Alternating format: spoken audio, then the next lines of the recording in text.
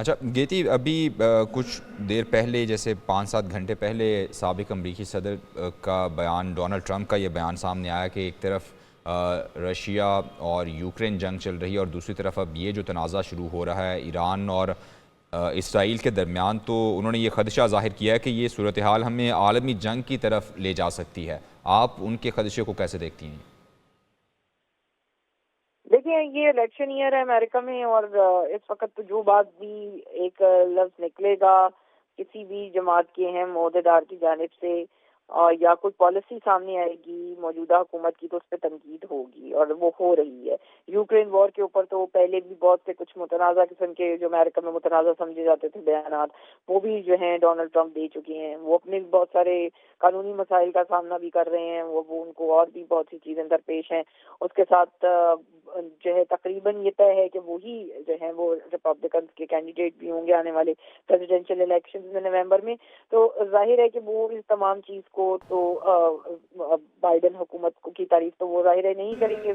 کسی بھی طرح اس پالیسی کے حوالے سے، لیکن اسرائیل کا ساتھ دینے کے حوالے سے آپ دیکھیں گے کہ ان کی بھی رائے مختلف نہیں ہے۔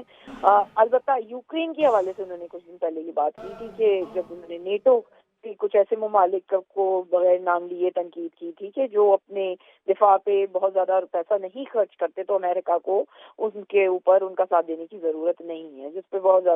ان کو بہت زیادہ تنقید کا سامنا کرنا پڑا تھا نیٹو جو ہیں ممالک کے جو سربراہان ہیں ان کی جانب سے بھی، اور جو ہیں امریکی صدر اور ڈیموکریٹک پارٹی کی جانب سے بھی۔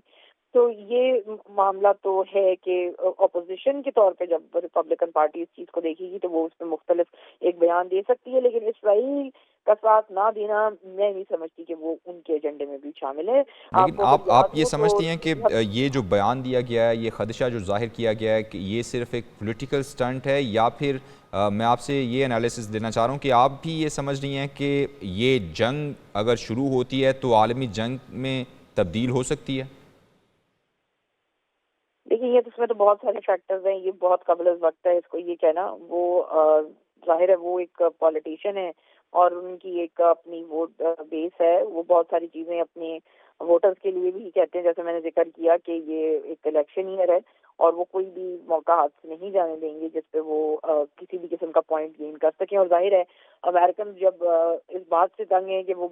جو ہے افغانستان کی وار ختم ہوئی اور پھر یوکرین کی وار شروع ہو گئی اور امریکہ اس میں انویسٹ ہو گیا، تو اب ظاہر ہے کہ بہت سارے امریکن یہ نہیں چاہتے کہ امریکہ ذاتی طور پر ڈائریکٹلی کسی بھی قسم کی